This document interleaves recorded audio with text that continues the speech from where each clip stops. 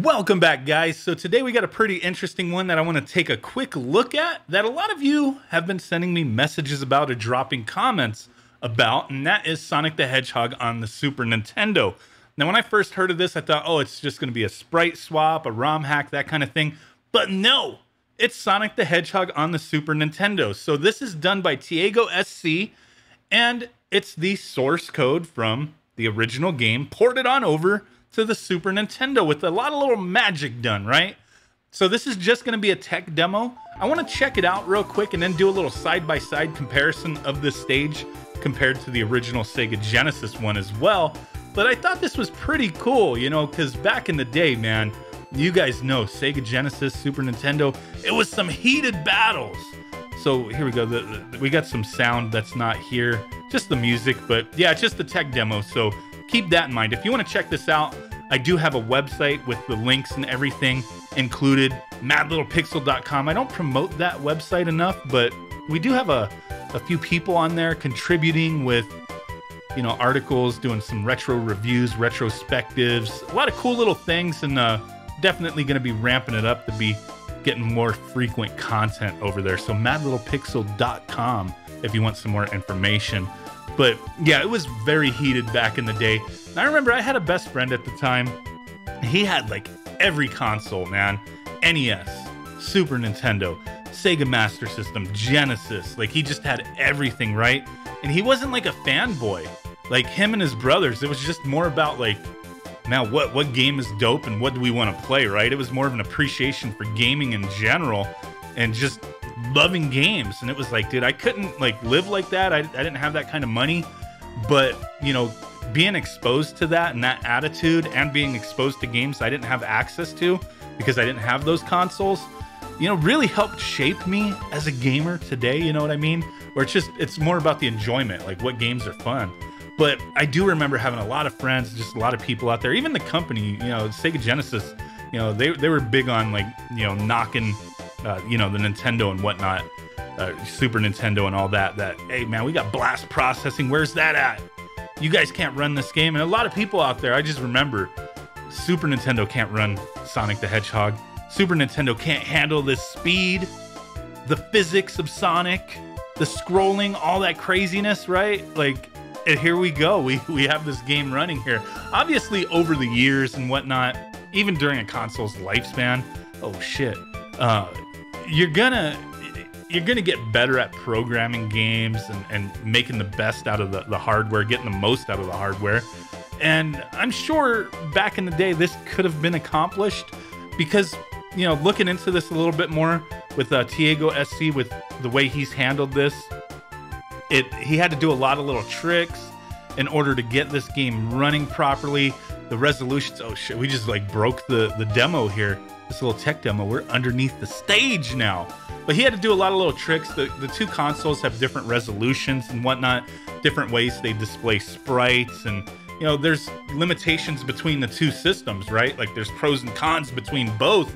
And in order to get this to run, you know, he had to accommodate all that kind of stuff with how the processes are handled and whatnot. And this is funny, like we're invisible. We're just underneath the stage. I can't jump out. Okay, we'll just reset. Playing on the Super NT, the analog Super NT with the SD2 SNES Pro, you can just pop the ROM file on a flash cart and play on original hardware. So that's how we're playing it. But yeah, he had to do a lot of little magic to get this going here, and it's really interesting to see. It's not a full-on game from what I understand. Obviously, I mean, we pretty much got close to the end there, and it's missing some things here, but it's just a tech demo for this engine that I believe he eventually wants to use in order to create a game of his own. So that could be pretty cool to see in the future. I don't think this will ever get fully fleshed out. Maybe somebody will pick it up and do something with it, but it's just the stage, the Green Hill Zone. I believe it's stage 3, the third stage. Oh, we gotta get a nice little rolling start here. But really cool to see this, man. So I had to pause the video because I had like this loud noise happen, and when I paused the game, right, I discovered something I didn't know. Like if you pause the game, you get stuck in whatever animation sequence you're in, right? So see, we're a little spinny action. If you hit the Y button, you could place rings. I thought that was neat. Just a little weird thing that I found out pausing the game because my sequence of my video was interrupted. Hit select and we go back into it. Can't collect those coins, but hey, that is pretty cool. But like I was saying, I think this is pretty neat, really interesting stuff. So we're gonna go ahead, let's get to the end of the stage real quick, which should be just right here. And this is where you would fight Robotnik for the first time, but it goes a little past. There's nothing here, but I'm gonna go ahead and put up the comparison so you could see between the two games, and then I'll quickly comment on it before we end it. So don't forget, madlittlepixel.com. Let's check it out.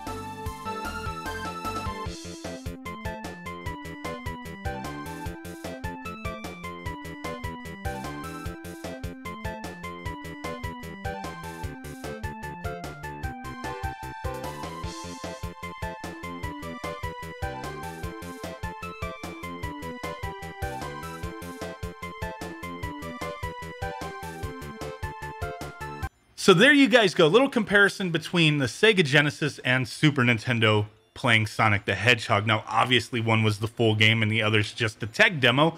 The Genesis side I did play on the Mega SG from Analog, just like the Super Nintendo side was also on an analog device. And I did notice some differences here. Now, obviously, one's just the tech demo, but looking at them, yeah, the colors are a bit different. You know, the Super Nintendo did have more colors they could use, and he did take advantage of that with this. A little more vibrant, not necessarily better, but I did notice that looking at the footage between the two. And the other thing that I did notice, which I was aware of, but I didn't really realize until I watched it, was the viewing area of the game is smaller on the Super Nintendo than it is on the Genesis. So really cool. I love this kind of stuff. You know, people doing these things. It always leads to other things in the future, right? Never know what could happen, right? And definitely love these retro consoles and these games. And it was really neat to see this and play around with it, be it only for a few minutes because it's just one stage, a little demo there. But really cool. I mean, obviously, I would rather play it on the Sega Genesis than just play a tech demo. But hey, awesomeness, right? So let me know what you guys think in the comments down below. Really do appreciate every single one of you guys. We're on our way to 100,000 subscribers. Hit that like button, share my video, subscribe, comment down below. Interaction really helps my channel grow. YouTube sees that and they're like, yo, this channel's got something going on. Let's go ahead and spread the love. Maybe, maybe not, but it does help. So really do appreciate it. And I will catch you guys next time. Peace out. Bye-bye. Big ass thumb butt and boom. Bye. Later.